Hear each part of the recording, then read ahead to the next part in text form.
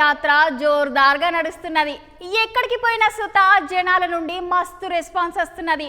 జనాలు ఈసారి సుత మళ్ళీ ఎట్లయినా మోడీ సారే ప్రధానమంత్రి అవుతాడు అని అంటున్నారు. విజయ సంకల్ప యాత్ర ఎట్లా జరుగుతుందో ఓ పాలి చూసొద్దాం పాలి. గజ్వేల్ పట్టణంలో బీజేపీ పార్టీ నిర్వహించిన విజయ సంకల్ప యాత్రలు కేంద్ర మంత్రి కిషన్ రెడ్డి, దుబ్బాక మాజీ MLA Raghunandan Rao sir, BJP MLA Palvai Harish Babu sir పాల్గొన్నారు. తెలంగాణలో బీజేపీ పార్టీ ఒంటరిగా పోటీ చేసిన సుద్ధా ఏం తక్కువ 17 సీట్లలో గెలుస్తుందని అంటున్నారు.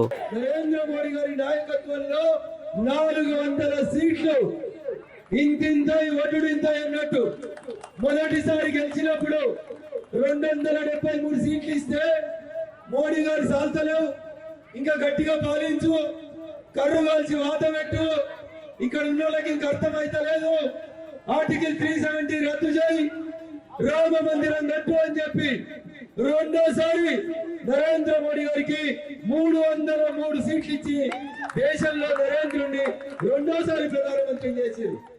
తెలంగాణలో ఇక బీఆర్ఎస్ పార్టీ పని ఖతమైందట. ప్రజలు తప్పుడు వార్తలు, తప్పుడు ప్రకటనలు నమ్మొద్దు. దేశంలో ఎవరు సర్వే చేసినా ఫిరేక్ బార్ మోడీ సర్కార్ అని ప్రజలు అంటున్నారు. పార్లమెంట్ ఎన్నికలలో మరోసారి 400 సీట్లు గెలిచేది బీజేపీ పార్టీ అనే అన్నారు. హిందువుల అయోధ్య కళ నెరవేర్చిన మహనీయుడు మన మోడీ సార్ అన్నారు. సార్లు ఏమన్నారో ఒకసారి వాళ్ళ మాటలని వినండి.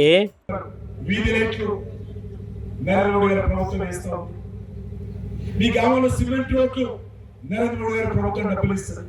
మీ గ్రామంలో పారిశుద్ధ కార్మికులకు మోడీ గారు సర్పంచ్ అకౌంట్లో డబ్బులు ఇస్తేనే ఆ పారిశుద్ధ కార్మికులు జీతాలు ఇస్తారు.